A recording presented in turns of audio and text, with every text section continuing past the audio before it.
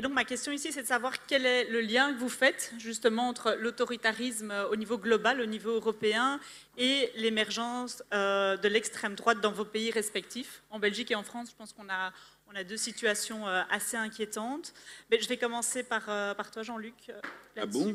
Bon. Si tu veux bien. Oui, oui, bien sûr, bien sûr.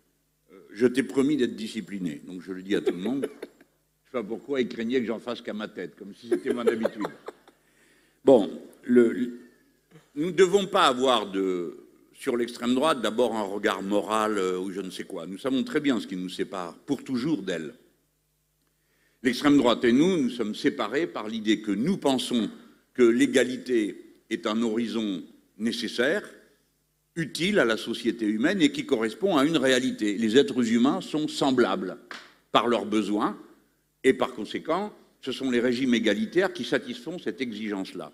Eux pensent que les êtres humains sont naturellement, spontanément inégaux du fait de leur couleur de peau ou de leur religion ou de leur société. Donc, nous sommes dans une contradiction frontale des visions du monde et des rapports aux individus.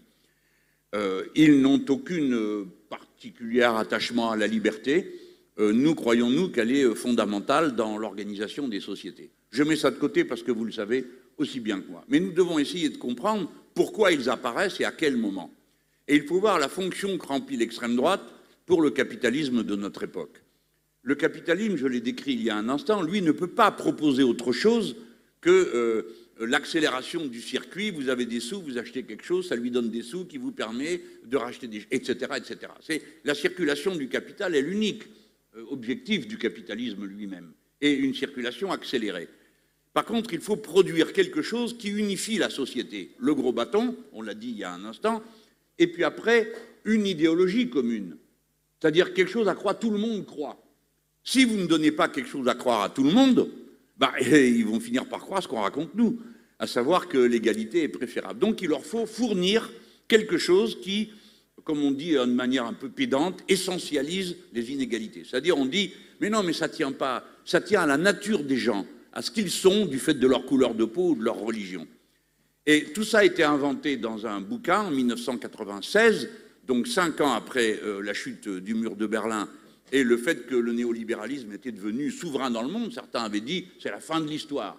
Et ils ont inventé une théorie qui s'appelle le choc des civilisations, qui a été rédigée par Samuel Huntington et qui a servi ensuite de ligne idéologique à toutes les droites du monde. Et le choc des civilisations, ça veut dire qu'il y a des gens qui ne peuvent pas faire autrement que de s'affronter à cause de leur religion. Donc comprenez, puisqu'on parle de l'extrême droite, pourquoi les musulmans sont leur ennemi numéro 1. Parce que, justement, ça permet d'avoir un ennemi dont on suppose à l'avance quelle est la personne qui va renoncer à sa foi à personne. Hein. On connaît ce problème. Donc, ils font des musulmans l'ennemi, et évidemment, ils lui imputent tous les torts et tous les travers du monde. Comment naît l'extrême droite? Parce qu'elle est l'agent numéro 1 du seul liant idéologique et social que propose le capitalisme de notre époque, la peur. Regardez le nombre de productions culturelles faites sur la peur, le nombre de séries, le nombre de vidéos, le nombre de films, de romans, qui tous reposent sur la peur du criminel caché, pervers, secret, et tout ce système qui met en scène comme principal personnage un policier qui mène des enquêtes, et nous en sommes tous souvent assez friands, sans nous rendre compte que nous participons à la construction d'une vision du monde. L'extrême droite est là pour servir de la peur, et le moyen de répondre à cette peur, c'est-à-dire l'opposition frontale entre les populations, entre des gens que leurs conditions sociales unifieraient s'ils n'étaient pas préoccupés, si on ne les obsédait pas de questions religieuses ou de questions de couleur de peau. Il y a des sociétés dans lesquelles l'action salariale est extrêmement difficile, je pense à nos camarades en Inde, parce que le système des castes oppose parfois dans un même travail celui qui conduit le bus, qui est brahman, et celui qui descend les bagages, qui est intouchable. Eh bien, c'est ça que l'extrême droite va propager. L'idée que dans le peuple, il y a une division qui est insurmontable, liée à la religion ou à la couleur de peau. C'est à ça qu'ils servent. Et c'est pourquoi vous en trouvez partout en Europe. L'extrême droite en France n'est pas venue d'une action militante de gens qui allaient sur le terrain. C'est venu directement par l'appareil médiatique qui a continuellement mis en scène les thèmes de l'extrême droite et qui continue et qui essaye de nous voler la prochaine présidentielle. J'en donne qu'un exemple. Le débat qui viennent d'avoir les Verts, qui a un certain panache, est en débat, bon, ils s'exposent. Eh bien, la première rencontre qu'ils font, c'est avec le service public, qui est une espèce de haut-parleur, de répondeur automatique du système gouvernemental. Et la moitié du débat des Verts, c'était des questions sur la sécurité et l'immigration. Et d'une manière générale, continuellement est entretenue l'idée qu'il y a là une urgence. En France, nous en sommes à une loi, la moyenne, depuis 30 ans. Une loi par an sur les sujets qui sont impactés par l'extrême droite, c'est-à-dire sécurité, terrorisme et immigration, parce que pour eux, évidemment, tout ça nous ramène toujours au même point. Donc, nous devons d'abord considérer que l'extrême droite remplit une fonction, c'est le chien de garde de l'ordre social, parce qu'il empêche la cohésion populaire. C'est sa fonction numéro 1, tout le reste c'est du baratin. Et chez nous, nous voyons comment, plus la crise avance, plus la société se disloque, sans doute comme chez vous. Mais chez nous, il faut se rendre compte que le Code du travail a été renversé au début du régime Macron. Par conséquent, maintenant, les accords sont par entreprise et ils s'imposent à tous ceux qui sont là, nonobstant la loi nationale sur les questions du travail. Donc, l'atomisation de la société française est extrêmement avancée. Dans la pandémie, nous avons vu pour la première fois des étudiants faire la queue parce qu'ils avaient faim et qu'ils allaient chercher à la soupe populaire. Donc, il y a un soubassement terrible de division, de pulvérisation de la société. Et le capitalisme, la droite, le macronisme et l'extrême droite, c'est une seule et même réalité. Et aujourd'hui, elle a en France un intellectuel organique. Nous, on a intérêt à repérer à chaque fois qui est la source pour aller mener la lutte et dire « Oui, non, moi je ne vous céderai pas. Vos salades sur la sécurité, je ne marche pas. Vous êtes l'anti-France.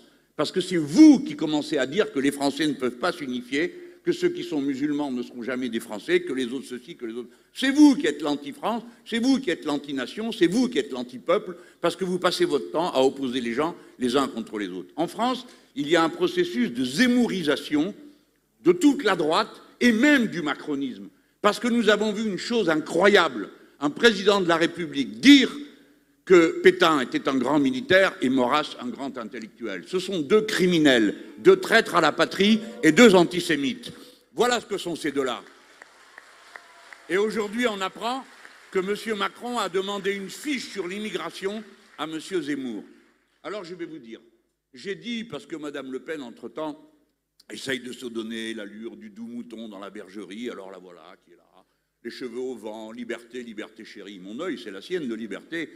On sait très bien à quoi on a affaire. Mais comme les autres l'ont dédiabolisé, ils ont un problème. Comment tenir le troupeau à la laisse, hein? Comment tenir les chiens à la laisse? Alors voilà pourquoi ils ont produit un Zemmour qui réussit ce tour de force, d'une part, de contaminer tous les esprits, mais en même temps de presque faire passer Mme Le Pen pour une innocente, ce qu'elle ne sera jamais. Alors ils ont entre eux des problèmes pour l'élection, tout ça. Moi j'ai dit, bah écoutez, et à la fin ils se sont mis d'accord pour faire un repas. J'ai dit que le survivant du pique-nique vienne me voir. Et puis je l'affronterai. Alors elle, bon, elle a trop peur, donc elle ne va pas s'y risquer. Mais moi, je ferai avec l'autre s'il faut. Et moi, je vous demande à tous, hein, la première, comme tout à l'heure, j'aurais dû vous le dire, quelle est la limite à l'exploitation capitaliste? Est-ce qu'il y en a une? Oui, il y en a une, la résistance. De la même manière, quelle est la première limite au racisme? Eh bien, c'est la résistance individuelle que vous y opposez. Après, il y a la résistance collective. Mais si vous ne laissez pas dire une saloperie autour de vous, si vous clouez le bec de ceux qui sont racistes à l'instant même où ils le disent, alors vous contribuez à la lutte et à renverser le cours de l'histoire. Par conséquent, nous autres,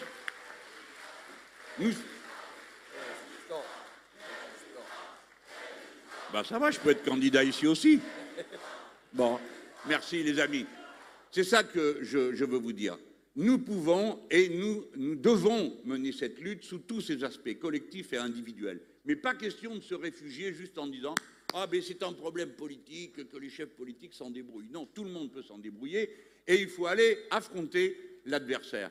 Donc, ne laissez pas les fascistes discuter entre eux. Il faut aller se mettre là au milieu et dire « Expliquez-nous voir pourquoi, compte tenu de ce qu'est la composition de la population belge ». Moi, je vais dire en France, en 1950, un Français sur 10 avait un grand-père étranger. Aujourd'hui, c'est 1 sur 4. Viens m'expliquer pourquoi mon grand-père ne méritait pas d'être mon grand-père et pourquoi moi, je ne mérite pas d'être français. Qu'est-ce que tu as fait, toi, pour être français, à part te donner le mal de naître? C'est maintenant qu'il faut que tu te donnes le mal de mériter de l'être. c'est-à-dire d'être républicain, liberté, égalité, fraternité. Ne laissez pas un millimètre d'espace aux fachos, ne les laissez pas respirer, ne les laissez pas se croire tranquilles, parce que c'est eux qui sont encore étrangers à nos sociétés, pas nous.